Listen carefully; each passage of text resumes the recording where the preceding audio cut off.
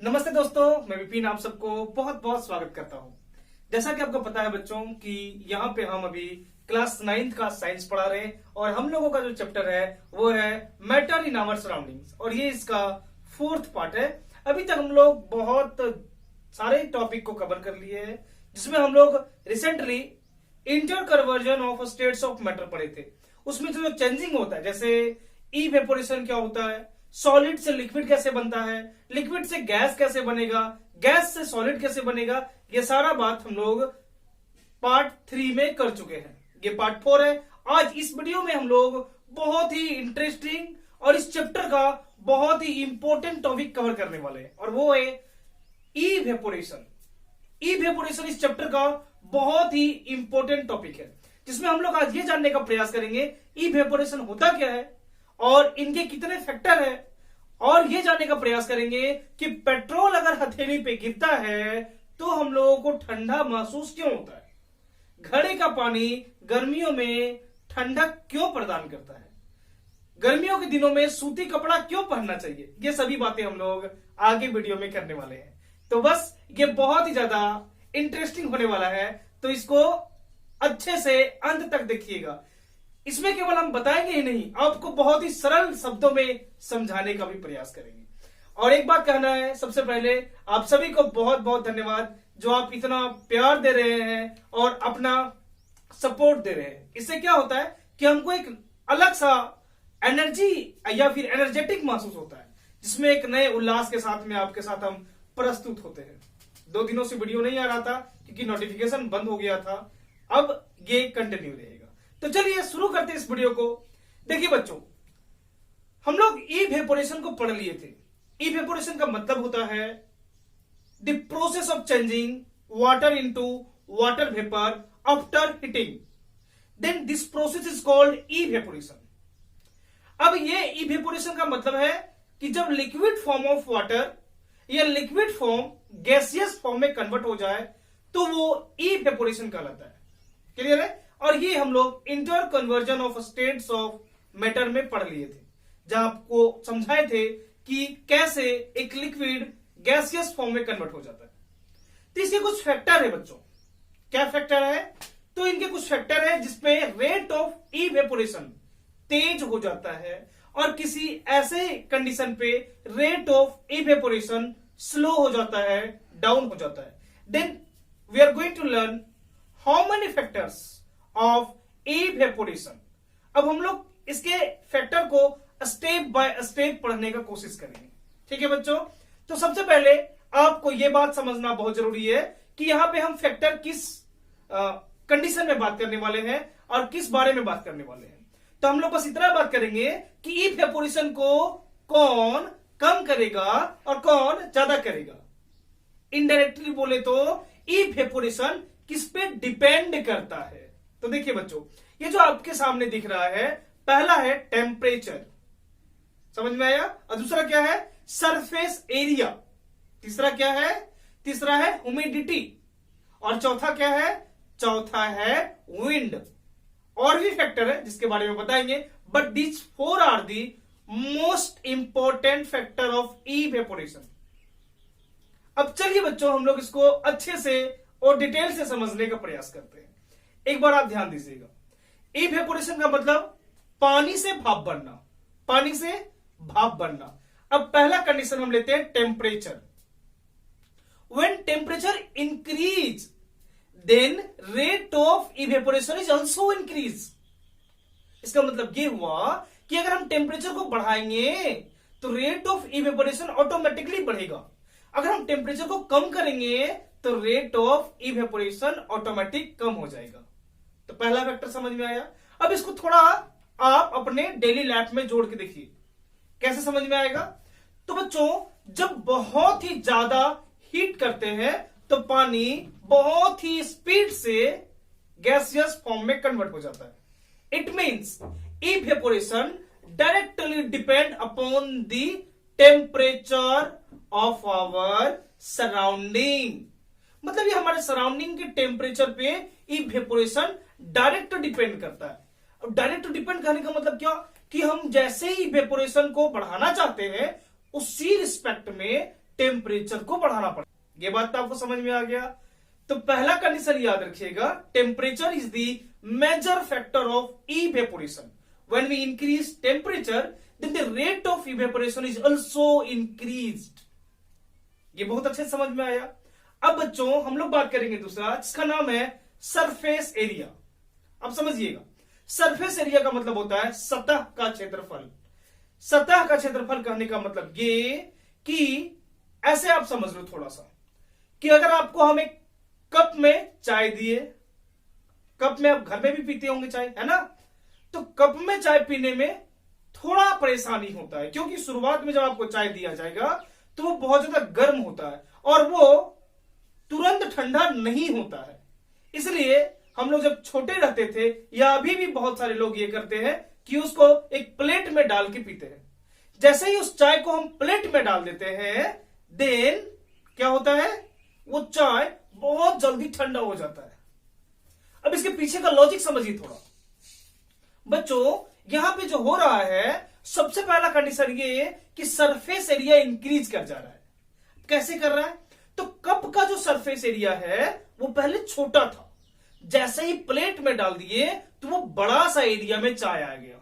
अब वो बड़ा सा एरिया में चाय आने के बाद क्या होगा, तो रेट ऑफ इवेपोरेशन तेज हो जाएगा। It means rate of evaporation also depends surface area of container. मतलब जिस कंटेनर पे हम रखे हैं उस कंटेनर के सरफेस एरिया पे रेट ऑफ इवेपोरेशन डिपेंड करता है। अब थोड़ा समझो कि हम एक कप में चाय लिए, उसको एक प्लेट में डाले तो थोड़ा ठंडा हो जाएगा। अगर प्लेट में ना डाल के एक थाली में डाल दिए, थाली तो और चौड़ा होता है, तो चाय और जल्दी से ठंडा हो जाएगा। मतलब जितना ज्यादा सरफेस एरिया इंक्रीज करेंगे, रेट ऑफ इवेपोरेशन उसी रिस्पेक्ट में बहुत ही ज्यादा फास्ट हो जाएगा। ठीक है बच्चों, तो दूसरा कंडीशन समझ में आ गया। दूसरा कंडीशन है सरफेस एरिया। अब हम तीसरा बात करेंगे जिसका नाम है ह्यूमिडिटी। अब थोड़ा समझिएगा, फर्स्ट हम जो बात किए वो है temperature, means rate of evaporation directly depend upon temperature. समझ में आया, मतलब जितना तापमान को बढ़ाएंगे रेट ऑफ इवेपोरेशन उसी रिस्पेक्ट में बढ़ेगा। जितना ज्यादा गर्मी करेंगे, जितना ज्यादा हीट करेंगे, हमारा इवेपोरेशन का प्रोसेस उतना ही फास्ट होगा। सेकेंड बताएं सरफेस एरिया, जिस रिस्पेक्ट में सरफेस एरिया को बढ़ाएंगे उसी रिस्पेक्ट में रेट ऑफ इवेपोरेशन इंक्रीज करेगा। समझ में आ गया बच्चों, यही रीजन होता है कि गर्मियों के दिनों में कपड़ा बहुत ही जल्दी सूख जाता है। पता है क्यों? क्योंकि गर्मी के दिनों में टेम्परेचर ज्यादा होता है and we know that if we increase temperature then the rate of evaporation also increased। ठीक है बच्चों, अब तीसरा हम बात करते हैं। तीसरा कंडीशन है ह्यूमिडिटी। इसका हिंदी मीनिंग होता है आर्द्रता या वायु में नमी। इसका मतलब क्या है, तो इसको ऐसे समझा जाए कि हम लोग ठंडे के दिनों में देखते हैं ना, आसपास कोहरा बन जाता है।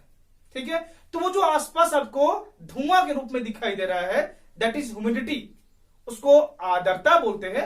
और वो हमारे वायुमंडल में एक नमी का लेयर आ जाता है, ऐसे बोल सकते हैं कि वो वहां पे एक लेयर बन जाता है। तो इसका इवेपोरेशन से क्या मतलब है सर? इवेपोरेशन तो चेंज है, जहां पे लिक्विड से गैस में बदलते हैं, तो ह्यूमिडिटी के साथ में जोड़ना क्या जरूरी है इसको? तो बच्चों ये भी एक फैक्टर है इवेपोरेशन का। मतलब यहां समझो, अगर ह्यूमिडिटी हो रहा है तो वो रेट ऑफ इवेपोरेशन को डिक्रीज कर देगा। मतलब ये कि जितना ज्यादा ह्यूमिडिटी बढ़ेगा, रेट ऑफ इवेपोरेशन उतना ही स्पीड से डिक्रीज करेगा। फिर से सुनिएगा, डिक्रीज करेगा, इंक्रीज नहीं, क्योंकि अभी तक हम जो बात किए थे उसमें इंक्रीज हो रहा था और ये जो बात की है इसमें डिक्रीज हो रहा है।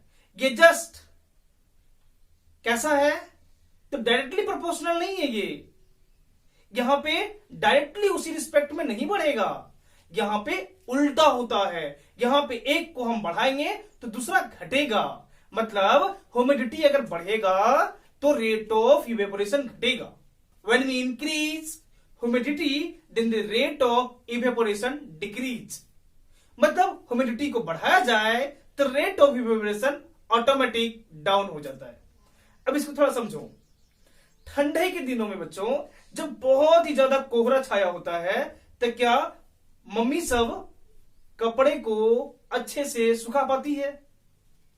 क्या उस समय कपड़ा अच्छा से सूखता है? नहीं सूखता है। आप ये बात अच्छे से एक्सपीरियंस भी किए होंगे, लेकिन आपको रीजन नहीं पता होगा ऐसा क्यों होता है। ये बोलते रहती है घर में मम्मी सब कि धूप निकलने दो उसके बाद कपड़ा फैलाएंगे, लेकिन वो हम जानते हैं धूप निकलेगा कपड़ा फैलाएंगे सूख जाएगा, लेकिन धूप ना निकले उससे पहले क्यों नहीं सूख रहा था? क्या रीजन है? तो इसके पीछे ये लॉजिक है ना बच्चों कि जब ह्यूमिडिटी हमारे आसपास रहता है, लेयर हमारे पास रहता है, तो उस टाइम क्या होता है, रेट ऑफ इवेपोरेशन डिक्रीज कर जाता है। लेयर ऑफ ह्यूमिडिटी बढ़ जाने से rate of evaporation automatic decrease कर जाता है। ठीक है बच्चों। और एक अगला है और वो कंडीशन है विंड, स्पीड ऑफ विंड, हवा की गति। अब थोड़ा समझिएगा, एक बात आपको हम समझाने का प्रयास करते हैं। आपको एक कंडीशन दिया जा रहा है, आपके पास दो रूम है, एक रूम में फैन चल रहा है, दूसरे रूम में फैन नहीं चल रहा है, और आपको दो गीला कपड़ा दे दिए और दोनों को सुखाने के लिए बोला गया। आप एक को उस रूम में रखें जहां पे फैन चल रहा है और आप एक को उस रूम में रखें जहां पे फैन नहीं चल रहा है। अब हमको आप बताइए किस रूम वाला कपड़ा बहुत जल्दी सूख जाएगा?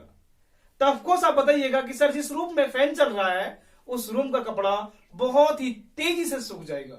You know what is the reason behind it? गीला कपड़ा बहुत शीघ्रता से सूख जाता है। किस कारण से पता है? क्योंकि उस रूम में हवा का गति बहुत ज्यादा है। मीन्स बच्चों यहां पे ये आ रहा है कि जो रेट ऑफ इवेपोरेशन है is directly depend upon the speed of wind. मतलब जो रेट ऑफ इवेपोरेशन है वो सीधा का सीधा हवा के गति पे डिपेंड करता है। जैसे जैसे हवा के स्पीड को बढ़ाएंगे उतना ही फास्ट, उतना ही तेजी से इवेपोरेशन का प्रोसेस भी होगा। इसका मतलब ये हुआ कि जब बहुत तेज तूफान आएगा तो कोई भी कपड़ा तुरंत सूख जाएगा, है ना। और हमारे पास अगर हवा नहीं चल रहा है तो कपड़ा को सूखने में थोड़ा टाइम लगेगा। समझ गए बच्चों? तो ये 4 फैक्टर इवेपोरेशन का था, जिसको आप अच्छे से एक जगह लिख के रखिएगा। अब थोड़ा हम एक बात आपको बता रहे, देखिए इवेपोरेशन के पीछे एक बहुत ही सिंपल सा लॉजिक छुपा हुआ है। या इवेपोरेशन जहां पे भी होता है तो बच्चों वो सराउंडिंग के टेम्परेचर को एब्जॉर्ब कर लेता है, and due to this conditions the temperature is going to decrease and that's why the surrounding feel cool. अब थोड़ा ध्यान से समझिएगा, ये जो इवेपोरेशन का प्रोसेस है बच्चों, ये सराउंडिंग में जब होता है तब ये सराउंडिंग के टेम्परेचर को एब्जॉर्ब करता है। अब जब सराउंडिंग के टेम्परेचर को एब्जॉर्ब करेगा तो ये रियल सा बात यहां पे आपके सामने समझ में आ रहा होगा कि सर जब सराउंडिंग का टेम्परेचर एब्जॉर्ब कर लिया गया तो सराउंडिंग ठंडक प्रदान करेगा, सराउंडिंग थोड़ा ठंडा लगेगा। अब आप ये दिमाग में सेट कर लीजिए, जिस जिस कंडीशन में, जिस जिस क्वेश्चन में ये पूछा जाए कि हमको ठंडा क्यों लगता है, गर्मियों के दिनों में कपड़ा क्यों पहनते हैं, हथेली पे पेट्रोल डालने के बाद ठंडा क्यों लगता है, एसीटोन डालने के बाद ठंडा क्यों लगता है, तो ये सभी के पीछे एक ही लॉजिक छुपा हुआ है और वो लॉजिक है इवेपोरेशन। ये बात आप समझे? मतलब सिंपल सा मीनिंग ये हुआ कि जिस जगह पे आपको ये पूछा जाए कि वो ठंडा क्यों हो रहा है, ठंडा क्यों लग रहा है वहां पे, या वो ठंडा प्रदान क्यों कर रहा है, then there are a simple logic behind it and that logic is evaporation. जैसे भी समझिए, अभी आपके सामने दिख रहा होगा ये बहुत ही खूबसूरत सा घड़ा, थोड़ा मॉडर्न घड़ा है ना। हम लोगों के जिस तरह घड़ा होता है घर में उसके रिस्पेक्ट में थोड़ा ये मॉडर्न है, लेकिन ये घड़ा ही है, कंफ्यूजन में मत आना, है ना। अगर इसमें हम लोग पानी रखते हैं तो पानी रखते ही ये कुछ समय के बाद पानी को ठंडा कर देता है। अगर उसी समय हम स्टील के बर्तन में पानी रखते हैं तो पानी ठंडा नहीं होता है। You know what the reason behind it? सबसे पहले यहां पे आप अच्छे से समझ लीजिए, ये जो घड़ा है ना ये मिट्टी का बना हुआ है और घड़े की दीवारों में छोटा छोटा छिद्र होता है, पोर्स होता है, और उस पोर्स से पानी धीरे धीरे बाहर निकलता रहता है। और इसी कारण से आप ये भी नोटिस किए होंगे, घड़ा में पानी डालते ही घड़ा का जो दीवार है बाहर वाला वो गीला हो जाता है, और वो जो पानी घड़े के दीवार में लगे हुए हैं वो सराउंडिंग के टेम्परेचर को एब्जॉर्ब करके इवेपोरेट होते रहता है। सिंपल सा मीनिंग ये, जो पानी हम उसके अंदर रखे हैं वो धीरे धीरे ठंडा हो जाता है। तो लॉजिक आपको समझ में आया कि घड़े का पानी ठंडा क्यों होता है? क्योंकि घड़ा मिट्टी से बना होता है और उनके दीवारों में छोटे छोटे छिद्र होते हैं और उसी छिद्र से पानी निकलता रहता है और टाइम टू टाइम वो हमारे सराउंडिंग के टेम्परेचर को एब्जॉर्ब करता है और इसी कंडीशन के कारण से बच्चों वो फिर ठंडक प्रदान करता है। एंड हमको पता है कि ये आपको इंग्लिश में चाहिए, लेकिन समझना भी बहुत जरूरी था, इसलिए हम इसको हिंदी में अच्छे से आपको समझा दिए। अब आप लिख सकते हैं आराम से, देखिए आपका आंसर चल रहा है, आप इसको आराम से लिख लीजिए। और ये कंडीशन कहां पे अप्लाई होता है? आपको जब बोला जाएगा बच्चों कि अगर आप पेट्रोल को हथेली पे डालते हो तो आपका हथेली ठंडा क्यों हो जाता है? Then see one thing, when we touch petrol then we feel cool. What is the reason behind it? You know one thing, petrol has low boiling point. Petrol का जो बॉइलिंग पॉइंट है वो बहुत ही कम होता है। When we kept petrol on our palm, simple सा meaning ये कि हम जब हथेली पे अपना पेट्रोल डालते हैं तो पेट्रोल डालते ही ये हमारे हथेली के तापमान को एब्जॉर्ब कर लेता है और एब्जॉर्ब करने के बाद बच्चों ये इवेपोरेट होने स्टार्ट हो जाता है। और आपको हम बताए थे जिस जिस जगह पे इवेपोरेशन का कंडीशन होगा वह जगह ऑटोमेटिक ठंडा हो जाएगा। चाहे वो आपके बनियान का बात हो, चाहे वो मिट्टी का घड़ा का बात हो, चाहे वो पेट्रोल का बात हो, चाहे वो एसीटोन का बात हो, चाहे वो अल्कोहल का बात हो, जिस जगह पे आपको ठंडक प्रदान मिल रहा है या आपको ठंडक महसूस हो रहा है उसके पीछे एक सिंपल सा लॉजिक है बच्चों कि वहां पे इवेपोरेशन का प्रोसेस हो रहा है और इसी कारण से हमको वहां पे ठंडक महसूस होता है। आई होप आपको ये बात हम समझाने में बहुत ही अच्छे तरीके से हेल्प कर पाए होंगे। तो ये इसका सेकेंड लास्ट वीडियो है, मतलब एक वीडियो और मिलेगा आपको इसी चैप्टर पे, मैटर इन आवर सराउंडिंग्स। आपको क्या काम करना है? तो आपको छोटा सा एफर्ट लगाना है, इस वीडियो को अधिक से अधिक शेयर करना है और कमेंट करके जरूर बताना है बच्चों कि ये वीडियो कैसा लगा। और एक बहुत ही मोस्ट इंपॉर्टेंट बात ये कि आप अगर सब्सक्राइब नहीं किए हैं तो कर लीजिए और अगर किए हैं तो बेल का आइकन पे जरूर ध्यान दीजिए कि वो प्रेस हुआ है नहीं हुआ है। अगर बेल का आइकन नहीं दबा हुआ होगा तो मेरा वीडियो डालने का भी कोई मकसद नहीं रह जाएगा फिर, क्योंकि आपके पास नोटिफिकेशन नहीं पहुंचेगा और आप उसको नहीं देख पाइएगा। ये प्रॉब्लम हमारे साथ 2 दिनों से भी हो रहा था, इस कारण से वीडियो अपलोड नहीं कर रहे थे। ठीक है बच्चों, तो मिलते हैं एक नेक्स्ट वीडियो में। जय हिंद।